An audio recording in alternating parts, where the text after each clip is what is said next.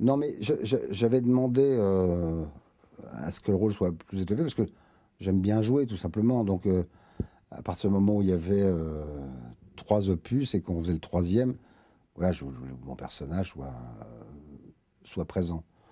Il n'est pas spécial, mais en même temps, je pouvais pas non plus trop, parce que comme j'étais au théâtre, j'avais pas beaucoup de latitude non plus pour tourner en dehors de Paris. Donc, j'ai demandé ça en amont. Et puis après, je dis, bah oui, finalement, bon, bah, comme je suis au théâtre à Paris, je peux pas faire trop de choses. Donc, il n'a pas été si étoffé que ça. J'ai bon espoir, parce qu'il y a un 4e qui soit participer un peu plus à l'action, ce qui n'est pas le cas pour l'instant.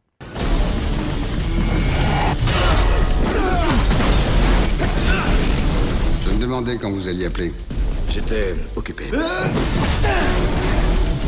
Mais putain, mais qu'est-ce qu'il fout?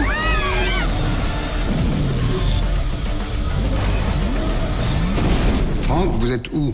Au lac. Est-ce que vous pourriez être un peu plus précis? Là, c'est sûr, oui. Voilà. Même si vous êtes pas... Enfin, je suis pas vraiment, oui, je fais pas encore beaucoup de cascades. Hein.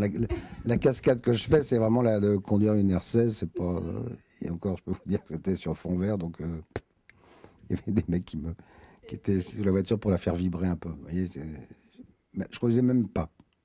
Je suis un peu le cérébral de l'histoire, enfin, entre guillemets. C'est parce que c'est pas non plus très cérébral non plus, mais voilà, je suis quelqu'un qui pense, j'anticipe, puis j'essaye d'être le plus présent quand on me demande quelque chose. Donc, je participe pas aux cascades, donc j'ai pas l'impression d'être moi dans un film d'action. Pour moi, c'est pareil.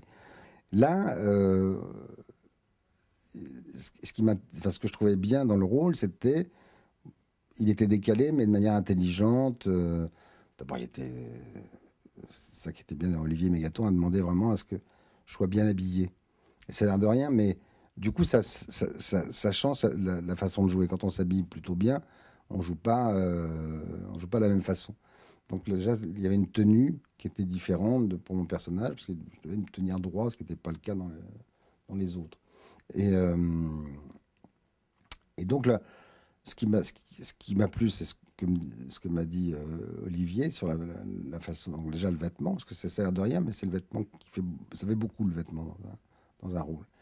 Et puis il était écrit encore une fois comme un personnage assez intelligent, cool, et puis qui arrive à débrouiller les situations les plus indélicates pour Franck Martin, quoi.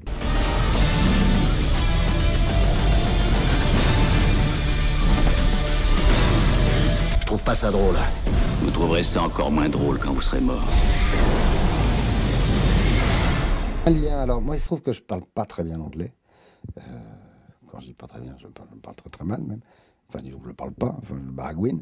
Et donc notre relation est assez drôle parce qu'on a énormément de sympathie l'un pour l'autre, mais on n'arrive pas à communiquer. Donc à chaque fois, moi, ce qu'il m'a demandé, c'est de lui apprendre des grossièretés en français. Donc, je lui ai tout appris.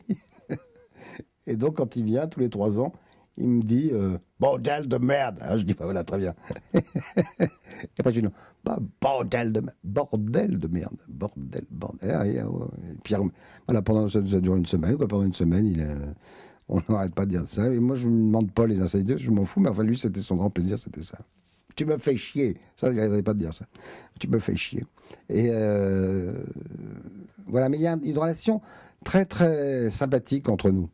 Et dès qu'on se retrouve, voilà, on se prend les bras, on s'embrasse. Et on a beaucoup de joie, mais en même temps, voilà, on ne va pas dîner ensemble parce qu'on n'a rien à se dire, puisque malheureusement, encore une fois, je ne parle pas l'anglais, lui ne parle pas le français. Donc voilà, ça s'arrête là. Mais il y a beaucoup de joie. C'est marrant.